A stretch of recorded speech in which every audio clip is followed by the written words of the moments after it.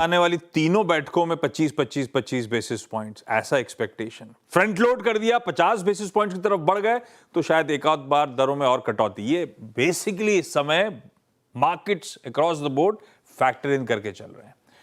और ब्याज दरें गिरना, सेंट्रल बैंक की तरफ से लोअर इंटरेस्ट रेट्स, आसान शब्दों में वे करते हैं डॉलर पे, वे करेगा उनकी बॉन्ड यील्ड्स पे। और जो नॉन यील्डिंग एसेट्स होते हैं जैसे कि सोना, नॉन यील्डिंग क्यों?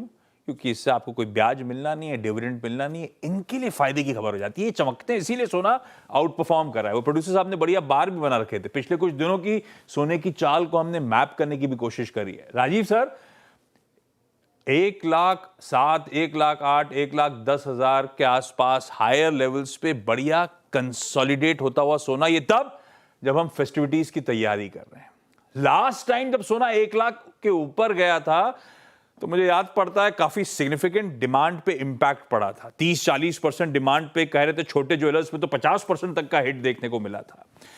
अब ये हायर लेवल्स पे जो कंसोलिडेट कर रहा है, तो मूड माहौल फेस्टिविटीज की आप लोग की तैयारी कैसी, आप लोग का अपना आकलन कैसा, डिमांड एनवायरनमेंट इस बार फेस्टिव सीजन में कैसा रहेगा? मॉर्निंग आशीष जी, जैसे हमने कहा इवन इन प्रीवियस सीजन, जैसे हमारे गणेश उत्सव सीजन थी जो हमारी, यहाँ पे पहले से ही प्राइस इंडिकेशन पड़ गया था।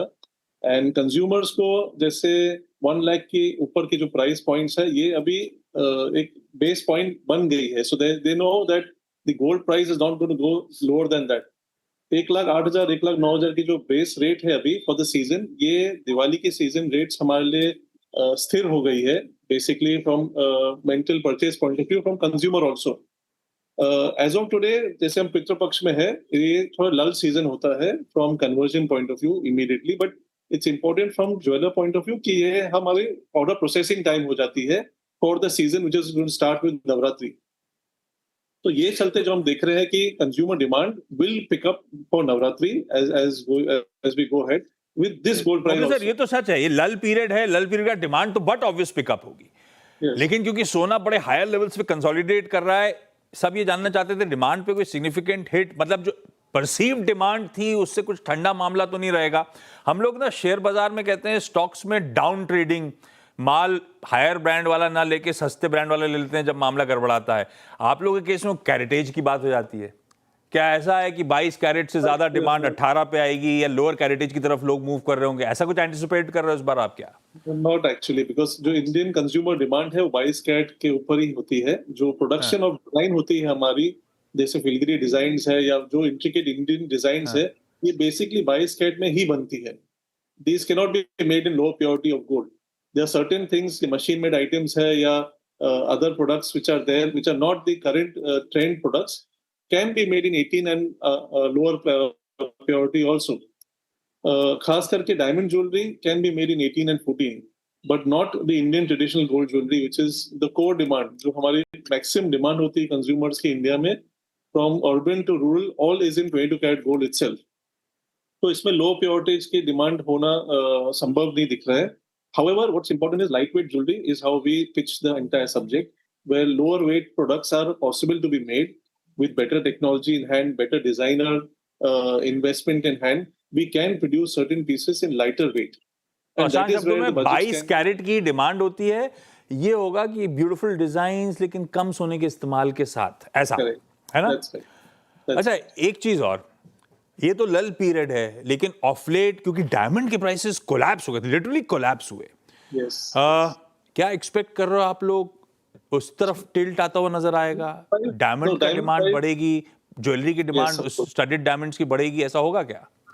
Yes, ये पहले से ही शुरू हो चुकी है। In fact if you see diamond jewellery demand has picked up considerably, because consumer जो डायमंड को एस्पिरेशनल समझते थे, आउट ऑफ रीच समझते थे, अब अगर आप कंपेयर करेंगे गोल्ड ज्वेलरी के हिसाब से, तो diamond prices are looking quite affordable in spite of the price not being very different than before. जैसे आप 1 कैरेट डायमंड अभी आप लोगे, एक सॉलिडेयर अगर आप लोगे 1 कैरेट की, तो आपको 3 lakhs के रेंज में आ जाएगी, which is equal to as good as 3 tolas of gold. So 1 carat diamond was very aspirational, but today because 3 tolas of gold also is very expensive, आपको 1 कैरेट डायमंड और 3 तोलास ऑफ गोल्ड के बीच में वे करनी होगी अपनी चॉइसेस। डीबीएस भी खूब एक्टिव हो गया आजकल, खूब एडवर्टीजमेंट करके प्रमोट करने की कोशिश कर रहा है डायमंड को, लेकिन ठीक है।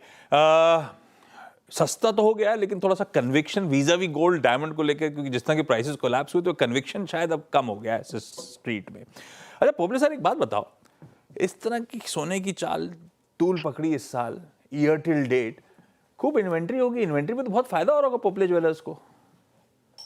Inventory is a rollover of any jeweler. In fact, not only us, anyone. Our base inventory has to be same at all times, and that's how we build up the entire stock portfolio. What we sell, we have to buy at the same price as you are buying today. So the margin of profit is the value addition that we charge on the jewelry, not the inventory that we hold. तो ऐसा कोई inventory benefit नहीं है?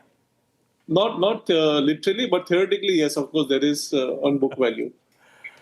Okay, अच्छा ये तो हो गई चलिए सोने की बात। अच्छा सोने पे ट्रेड, एक सटल सा हिंट केडिया सर आपने दिया है कि कूल ऑफ होने की गुंजाइश बनती है, टाइम वाइज ही करेक्शन के फेज में जा रहा होगा। तो ये आज भी थोड़ा सा ठंडा ही है, 1/3% दबाव में है। सोना अहेड ऑफ इस एफओएमसी मीट थोड़ा सा और कूल ऑफ होता हुआ नजर आ रहा है क्या? ट्रेड के लिहाज से आप लोग क्या सजेस्ट कर रहे हो? देखिए ट्रेड के पॉइंट ऑफ व्यू से मुझे लगता है जैसे कल भी हमने देखा प्राइसेस में एक नया हाई लगा 1,09,800 के आसपास का हमने हाई लगते हुए देखा, बट वहां पे सस्टेनेबिलिटी नहीं दिखाई दे रही है। तो don't be very aggressive as of now unless and until we get a clear view from Fed statement या आज के नंबर से। मुझे लगता है यस, आज जब तक प्राइसेस 1,09,400 का लेवल ब्रीच नहीं करता है, पॉसिबिलिटी एक रेंज बाउंड ट्रेड रहेगा जो 1,08,200 तक का लेवल दिखा दे। बट आई थिंक अब तक की जो रैली थी और फेड की जो बैठक है उसके बाद मुझे लगता है एक अच्छा करेक्शन मिल जाए, बट आज के लिए 1,08,200 तक का लेवल मिल जाएगा। 1,08,200 थोड़ा सा और कूल ऑफ होगा, अनटिल एंड अनलेस 1,04,000 के पार जा रहा है, 1,09,400 के पार जा रहा है, तब तक सोना रेंज बाउंड साइडवेज कंसोलिडेशन के फेज से गुजर रहा होगा। चांदी पोपले सर, अभी तो बहुत इनिशियल समय पर एंटिसिपेशन क्या फेस्टिविटीज को लेकर, नवरात्रि ऑनवर्ड्स, चांदी की ऑर्नामेंट्स की तरफ डिमांड का टिल्ट ज्यादा एक्सपेक्ट कर रहे हो आप लोग, या फिर वो गिफ्ट आइटम्स के तौर पे ही ज्यादा बिकेगा? So Navratri onwards is a very important scene for silver. Silver gifting, silver puja articles, where actually it is consumed for various reasons in the festivity. ये एक important demand हो जाती है, even corporate gifting में। काफी corporates silver gifting करते हैं for obvious reasons of Diwali exchanges and promotions जो होते हैं markets में। Silver एक good commodity consumption इस तरफ जरूर होती है, तो demand इसकी in fact from Navratri onwards peaks up to Diwali, which is very significant. However, the entire price portfolio of silver consumption काफी industrial use में होती है, तो इतनी हिचाव हमारी तरफ से I don't know how much of that will pull in the price, but nevertheless on retail demand is very high post Navratri. टेल डिमांड बढ़िया है एज एन इंडस्ट्रियल कमोडिटी, बीच में तो जलवे बहुत थे। केडिया सर, चांदी पे किस तरह का व्यू, क्या ये भी वो टाइम वाइज करेक्शन के फेज में जा रहा है? आज तो दोनों 1/3% दबाव में है, लेकिन ये बात सही है, चांदी का चार्म एक एडेड होता है। चांदी पे आप लोग का व्यू क्या बैठ रहा है?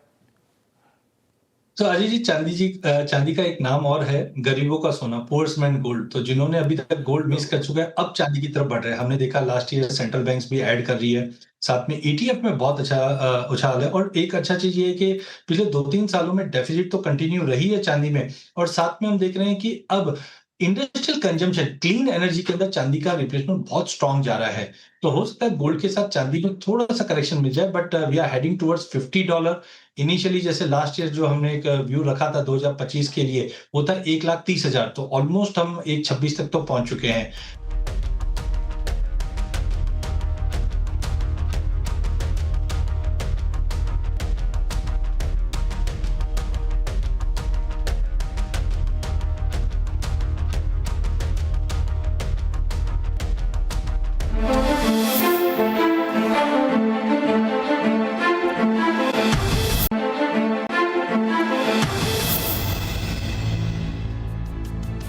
अच्छे मूव्स के बाद, ऑफलेट अच्छे मूव्स के बाद क्रूड थोड़ा सा कूल ऑफ होता हुआ आज के ट्रेडिंग सेशन में इंटरनेशनल मार्केट्स में भी इस समय 1/3% दबाव के साथ ट्रेड कर रहा है। पर ऑफलेट अच्छा मोमेंटम इसलिए आया था क्योंकि कुछ geopolitical tensions, global tensions mount हो रहे थे।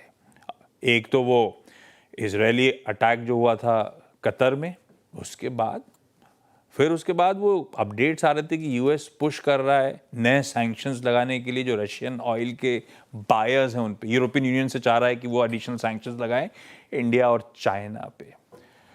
तो थोड़ा, और जियोपॉलिटिकल तड़का, मतलब जियोपॉलिटिकल रिस्क प्रीमियम बहुत शॉर्ट लिव्ड होता है अनटिल अनलेस वाकई ही सप्लाई डिस्टर्ब हो।